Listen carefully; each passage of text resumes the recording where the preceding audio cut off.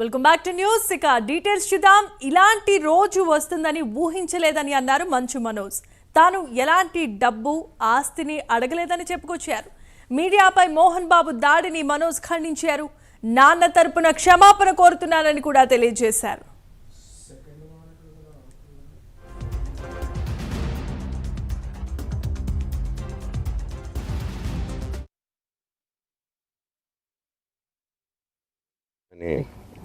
ఊహించలేదండి. నిజంగా మీడియా మిత్రులకి, ముఖ్యంగా ఇద్దరు అన్నలకి నా క్షమాపణలు.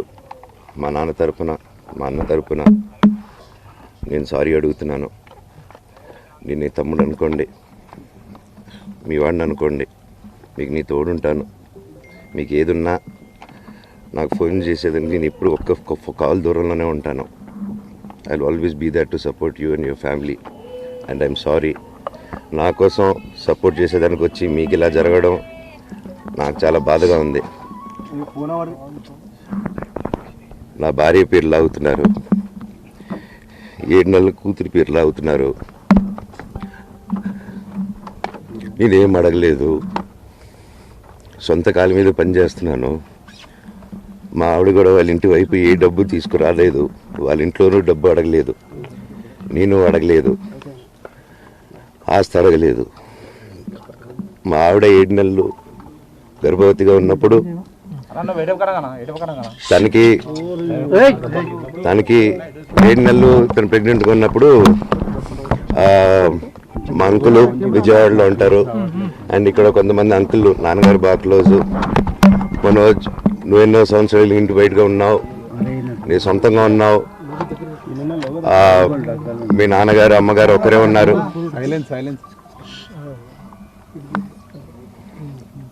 మీ నాన్నగారు అమ్మగారు ఒకరే ఉన్నారు. మీ అన్నయ్య ఏమో దుబాయ్కి షిఫ్ట్ అయిపోయాడు ఫ్యామిలీతో. మీ వైఫ్ ప్రెగ్నెంట్గా ఉంది, తనకి తల్లిదండ్రులు లేరు. తనకి ఇప్పుడు మీ అమ్మ అవసరం ఉంది, పెద్దోళ్ళు అవసరం ఉంది. నువ్వు అక్కడే ఎలా చూసుకుంటావు అంటే, నాకు ఆ రోజు మా భార్య కూడా ఒకసారి వాళ్ళు అన్నీ చెప్తున్నారు కదా, ఎందుకండి ఒకసారి వినండి అంటే, సరేమ్మా నీకోసం వస్తాను అని చెప్పి మళ్ళీ తిరిగి రావడం జరిగింది. అండ్ నేను ఈరోజు నా గురించి ఆరోపణలు వేస్తున్నారంటే అది నేనేం చెప్పలేను. ఓన్లీ మీకు ఆధారాలు మాత్రమే చూపించగలుగుతాను. ఇప్పుడు వాళ్ళు చెప్పి నేను చెప్పి ఇది కరెక్ట్ కాదండి, నేను ఎప్పటి నుంచో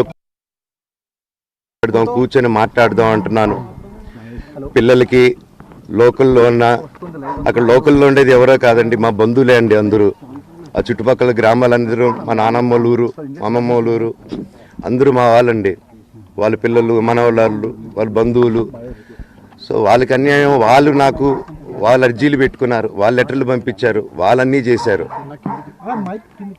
నేను వాళ్ళకి సపోర్ట్గా మద్దతుగా నిలబడి ఏమైంది నేను అడిగేసరికి వినయన్ అతనికి ఫోన్ చేశాను, మెసేజ్లు పెట్టాను.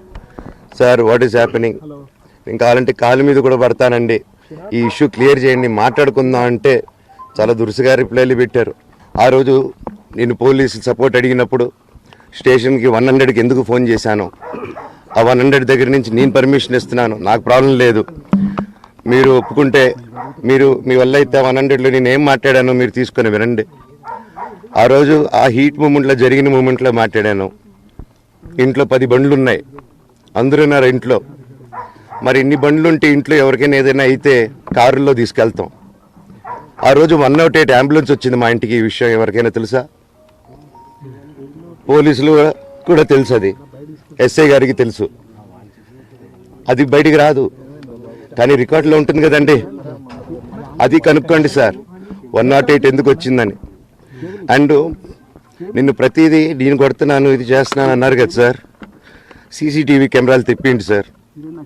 నేను కిరణ్ని, విజయ్ని ఇమ్మీడియట్గా తీసుకొని యాక్షన్ తీసుకోండి, వాళ్ళే దొంగతనం చేశారని చెప్పాను.